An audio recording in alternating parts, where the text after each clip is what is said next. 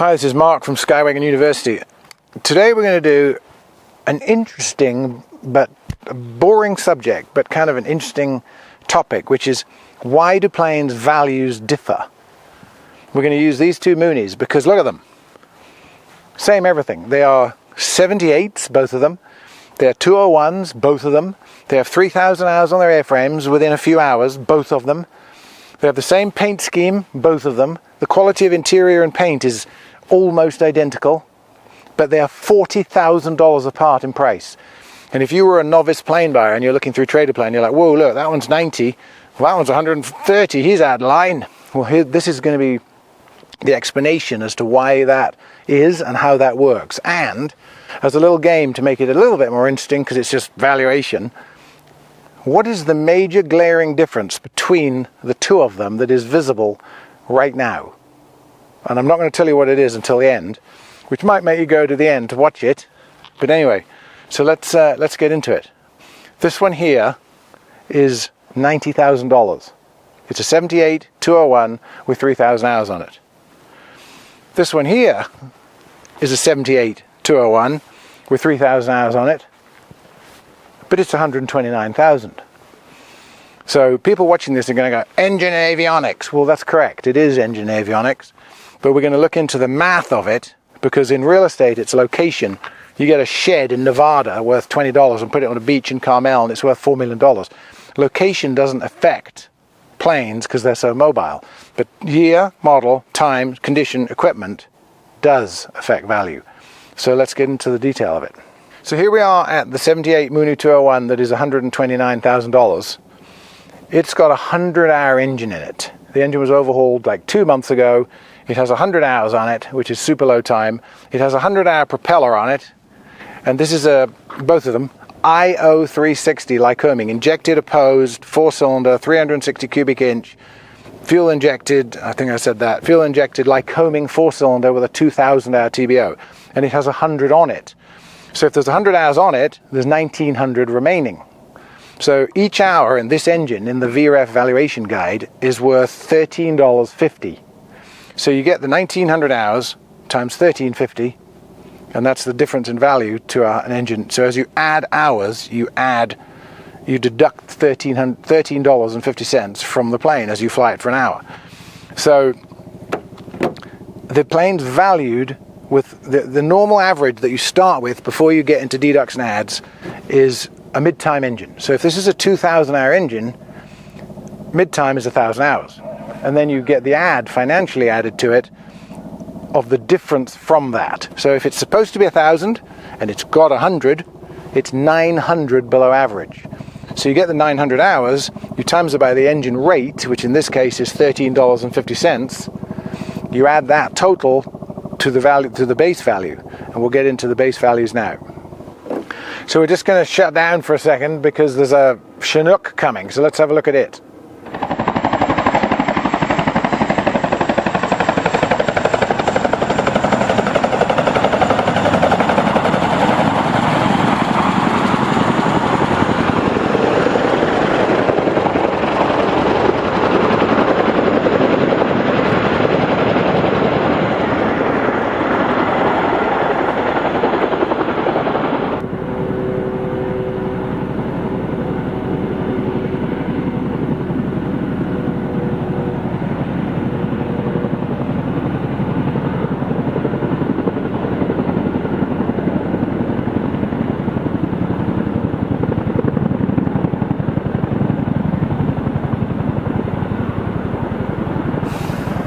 Got the front wheels off the ground. Yeah, he's backing it up. He hasn't got enough turning circle, so he just lifts the front.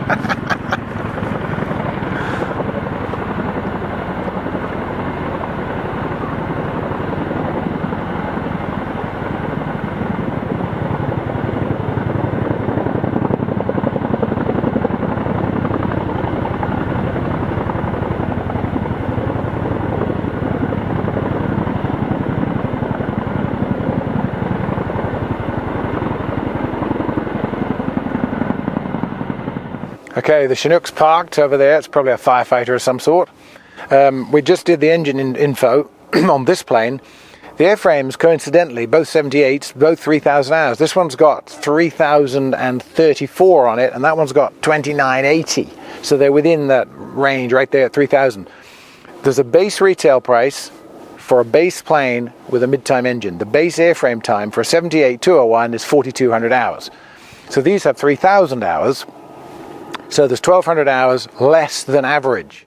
Every hour that's less than average is worth $4 added to the value. And if these were 6,000 hour planes, they'd be 3,000 hours above average. So you'd get the 3,000 excess above the average, and you'd deduct $3 an hour from the total base value. The base value on these is $115,000. So you start with 115, 4,200 hour plane, 1,000 hour engine, IFR equipment. And then you vary it by the engine in this one being 100 hours. So it gets an add of 900. And then over here, this one, it's got an 1,868 hour engine in it. So say 1,900, easy math. That one's 900 under average. This one's 900 over average. So you get the base price of the 115, the engine at 1,000. It's 900 hours over that. So 900 times the $13.50 for the engine rate. And that's a $12,000 deduct. So that's 115 grand with a $12,000 add in value because of its low time engine. And this one is a 115,000 base value with a $12,000 deduct for a high time engine. But some things that aren't considered in the valuation is this plane, like 500 hours ago, had a bottom end overhaul through a prop strike teardown. So the bottom end is much younger than 1,800 hours. And also 200 hours ago, it had a top overhaul for some cylinder issue it had. So it's had the crank and cam and internal bottom end done 500 ago, and the whole top end cylinders, valves and rings done 200 hours ago. So it's behaving more like a 500-600 hour engine. You can't value that in because the actual time on it since major overhaul is 1,800. So in your brain, it's like 200 to TBO, because the TBO is 2,000 hours, but running mechanically like a 500 or 600 hour plane. So you could fly it another 1,000, 1,500 hours mechanically and it would still be fine. But you get to buy it for less because it's on paper 1,800 hours on the engine. So just a quick recap, 3,000 total time on both. That one is 100 hours, this one's 1,800 hours, that one's 900 under, this one's 900 over. So you're seeing where the valuation's starting to split. So the other thing that enters into valuation is the condition of the paint in the interior. We call it P&I. So both of these are original 78 paint schemes with original 78 paint on them. And Mooney did prime the planes and did use polyurethane. So if a plane's been looked after, it should still be original paint. And both of these are. So I mean, that's a long time, 78 to now. And it's scaled. 10 is like right out of the paint shop, show winner, perfect. I've never seen one. 9 is a fantastically excellent plane, and then 8's a really nice, 7 is good, 6 is getting to where there's a few chips and scratches, and then really below 6, 5 down, they need paint.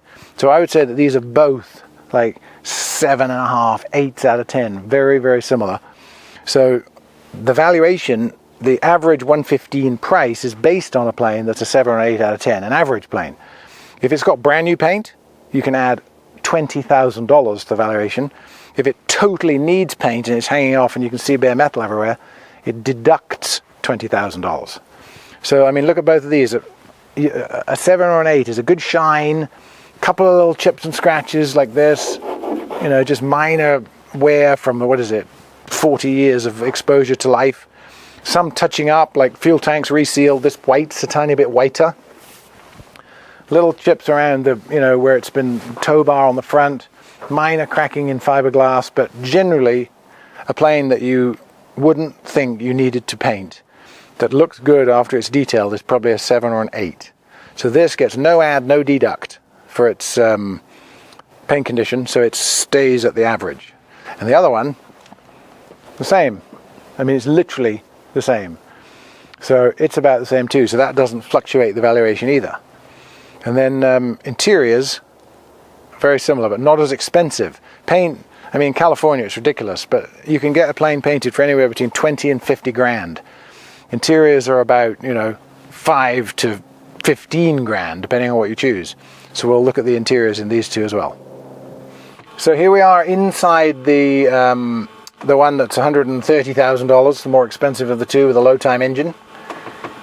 This is its panel. It's a custom metal panel Garmin, everything. There's a GNS 480 color IFR moving map, there's a transponder, ADSB in and out, audio panel that does everything, a backup Navcom, the EDM 930 multifunction engine analyzer with everything, and an Aspen Evolution with a 275 gyro on there and modern switching panels. No autopilot, but in fact it does have an autopilot. The autopilot is internal. It's right there, so it does have an autopilot. So you can see that a custom panel with modern avionics in it increases value because that lot there probably cost 40 grand to put in. So you look at each unit, I mean it's not that specific. You get about, it's probably half the cost of the radio adds to the value of the plane. So if it's a 20 grand radio, it's a 10 grand ad. So there's a very nice panel ad for this plane, and this is the one with a 100-hour engine. So cumulatively, this is going to be a more expensive plane simply because it's got more expensive things in it. So let's go and look at the other one. No, let's look at the interior of this one, and then we'll look at the other one and compare them both. So here we are on the interior of the more expensive of the two, the 100-hour engine one with the Garmin radios. And it's had a few upgrades. It's still the Mooney interior plastic trim, but it's had seats redone, it's got sheepskins on the front, it's got some new side panels in it, just little stuff that add to the cumulative value of the plane over one that hasn't had this. So it's a little bit more of a plus.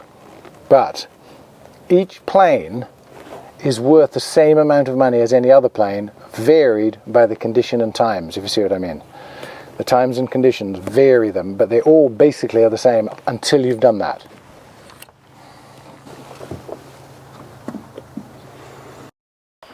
Okay, here we are in the cheaper of the two planes, the one with the 1800-hour engine. And it is very current IFR, standard panel. There's nothing really missing. It's IFR, but it's not late style modern touchscreen Garmin. So you got audio panel, an ADSB in and out transponder, an old DME RNAV with a Navcom here with a glide slope here, two glide slopes, ADF, autopilot with altitude hold. The other one doesn't have that. A cluster of 8 IFR instruments, an engine analyzer. So this is the normal Mooney 201 panel with the normal radios in it. So there's no deduction for anything being missing, and there's no add for anything being added. So this is like, there's no financial value add in this panel because it's what the valuation assumes is already in it. Now something that I always like to do is a plane like this, which is 40 grand cheaper than that other one, but looks identical, with its engine that's, even though it's at 1800 hours, is still running very, very well because of the top and bottom being done at separate times. It values for 90 grand, but it'll do the exact same job as a more expensive plane. So this plane at 90 grand will still do 150 knots. It'll still burn 9 gallons an hour. It'll still carry 1,050 pounds. It still has 65 gallons of gas. It still will do the exact same job, but it does it for just less money. So you can buy a plane like this. If you see one advertised and you go through it carefully and you look at what's actually involved in why it's cheaper, you can buy a plane like this and get bang for the buck. So that's another feature of a plane worth less for a valid reason after a proper valuation. So here we are looking in the baggage area and the interior of the cheaper of the two Moonies. And this is mostly original. The same old Mooney plastic in good shape. Leather seats. A little bit of early signs of wear and scuffing here and there, so it's considered, for the valuation, they want a 7 out of 10, and this is about a 7 out of 10. So there's no add or deduct for interior on this particular plane either. Good condition, serviceable for a large number of years, but just not brand new, so you don't have to pay for it.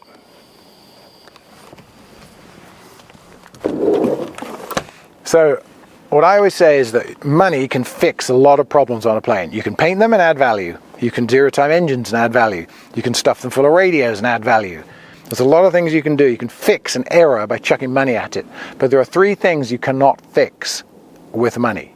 And they are lost logs, damage history, and total time on the airframe. So you can't reverse total time, you can't refine logs, and you can't undamage a plane, you can't, So there's 3 things that affect them. This plane had minor damage. It had a gear collapse, it had a prop strike, it was fixed, it's perfect now, but it's a little stigma in its logbooks, but it doesn't affect it today because it's been fixed. But in preference to one that is undamaged, it has to be a little bit less. So depending on the severity of the damage history, as a sliding scale. If this had like skidded off the runway and flipped onto its back in a snowstorm and totaled the whole thing, but then they fixed it, that's very severe. If it had a gear up, that's quite severe. If it had had a hanger fall on a wing, that's sort of not that bad. One wingtip being collapsed with a gear collapsing, not that bad. An engine and prop strike, it doesn't really matter because the engine's torn down and the prop's replaced, so those pieces are gone. So there's a scale of damage history, and this one probably devalues it by 5 to 7 grand over one that isn't damaged. So that's also very important in the valuation. Logbooks missing. If the whole lot are missing, it's probably half the value. The plane that's worth 100 is worth 50 with no logs. So you've got to, you know nothing about its times, nothing about its maintenance, nothing about its ADs. So it's very difficult to reconstruct old lost logs from past maintenance. You can get just a skeleton view of what its times are. So missing logs is probably the most annoying. If it's got like the first airframe book missing and the plane is 48 years old and it's only 650 hours, it's an annoyance. It doesn't really affect it. So the more logs missing, the worse it is. And if it's airframe only and you've got all the engine logs because they were overhauled since, then you know the times and the engine time is correct and everything's correct, but you can check the ADs on the airframe and you can go through it and make sure it's good, and the missing logs aren't as severe as engine logs missing are. So that's another effect on valuation.